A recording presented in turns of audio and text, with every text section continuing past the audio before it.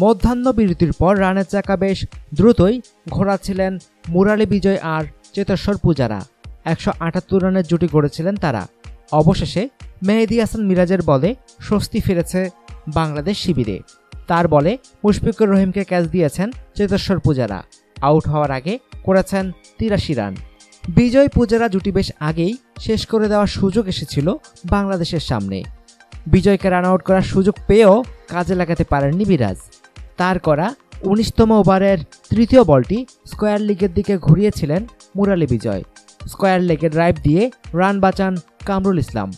কিন্তু নন স্ট্রাইকিং প্রান্তে চেতেশ্বর পূজারা রানটি পুরো করার জন্য দৌড়ালে প্রথমে বিজয় সাড়া দেননি।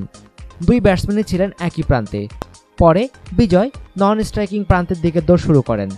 কামরুলের থ্রো বোলার মিরাজ ঠিকমতো ধরতে না পারায় নিশ্চিত রান আউট থেকে বেঁচে যান বিজয়। বিজয় পূজারা জুটি ক্রমশ দুশ্চিন্তার কারণ হয়ে উঠেছিল অধিনায়ক মুশফিকুর রহিমের জন্য। হায়দ্রাবাদের রাজীব গান্ধী স্টেডিয়াম এমনিতেই পয়া বিজয় আর পূজারার জন্য। এই মাঠের রেকর্ড জুটি তাদেরই। 2013 সালে অস্ট্রেলিয়ার বিপক্ষে দুজন মিলে তুলেছিলেন 370 রান। বাংলাদেশ আজ হাফ চান্সগুলো কাজে লাগাতে পারেনি বা বাংলাদেশের পক্ষে যায়নি।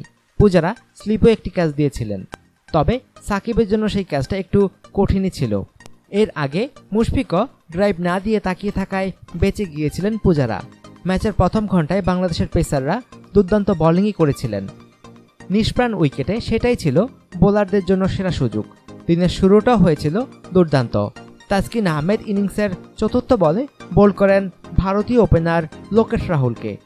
রাহুল প্লেড অন হয়ে ফিরেছেন।